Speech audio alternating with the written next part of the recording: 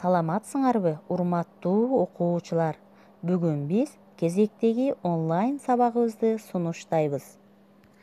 Жагымдуу жылмаюу менен алтын эрежени эстеп алайлы. Үйдө ата-энебизди угабыз. Колду тез-тез самын менен жууйбуз. Тапшырмаларды өз убагында аткарабыз. Көчөгө чыкпайбыз. Китептерди көп окуйбуз. Убакытты туура пайдаланабыз. Ал эми азыр болсо жаңы тема боюнча сөз баштайбыз. Тагыраак айтканда, бүгүнкү өтүлө турган жаңы темабыз коронавирус адамдын денесине кандай таасир этет. Сабагыбыздын максаты окуучулар коронавирус оорусу адамдын денесине кандай таасир эткенин билишет, алдын алуу жолдорун аткарышат, таза болууга тарбияланышат. Балдар, силер билген коронавирус оорусунан сактануу үчүн адамдар көчөлөрдө беткап кийип жүрүшөт. Бул вирустун кантип кандай жолдор менен жугаарын биз телевизордон көрүп жатабыз. Ошол вирус көзгө көрүнбөгөн майда бөлүкчө.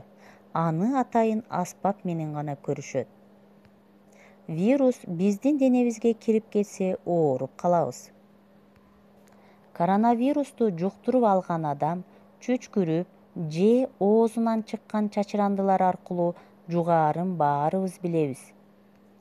Мындан сырткары, ошол чачырандылар түшкөн буюмдарды кармап алып, андан соң микробдор жабышып калган колубуз менен бетибизди, оозу-мурдубузду жана көзүбүздү кармап алсак да вирусту жуктуруп алышыбыз мүмкүн.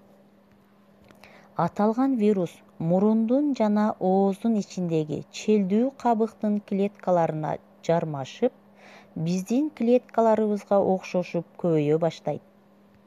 Кишинин оозу же мурундун ичине кирген соң, вирустун найза сыяктуу чыгып турган белоктору клеткалардын мембранасынан тешип өтөт.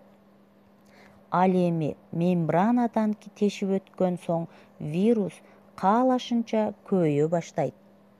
Аз эле убакыт ичинде вирус өзүнөн өзү 10 000 же 100 000 эсе көбөйтүп коюшу мүмкүн. Көбөйгөн вирус тешип кирген клеткага батпай калган соң ошол клетканы бузуп жеп салат. Ошентип, жанындагы клеткалар да жабыркай баштайт.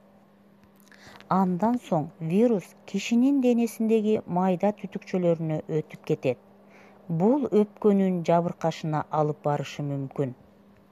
Анын үстүнө вирус өткөн түтүктөр да шишип, дем кыстыга баштайт. Эгер вирус өпкөгө өтүп кетип, инфекция күчөп кетсе, эң коркунучтуусу ошондо башталат. Себеби бул пневмония деген оор илдет козгоп коюшу мүмкүн. Ошондуктан колубузду ысык суу менен самындап жууп тазалап турушубуз керек. Ысык суу менен самын вирусту өлтүрөт. Вирус көчөдө учуп жүргөндө биз үйдө китеп окуу менен күн өткөрсөк болот. Мына ошондо вирусту жок кылганга жардам беребиз. Анда эмесе бышыктоо үчүн суроолорго жооп беребиз. Коронавирус кандай жолдор менен адамга жугат экен? Адамдын денесине кандай таасир этет экен? Бул ооруну алдын алуу үчүн биз эмне кылышыбыз керек?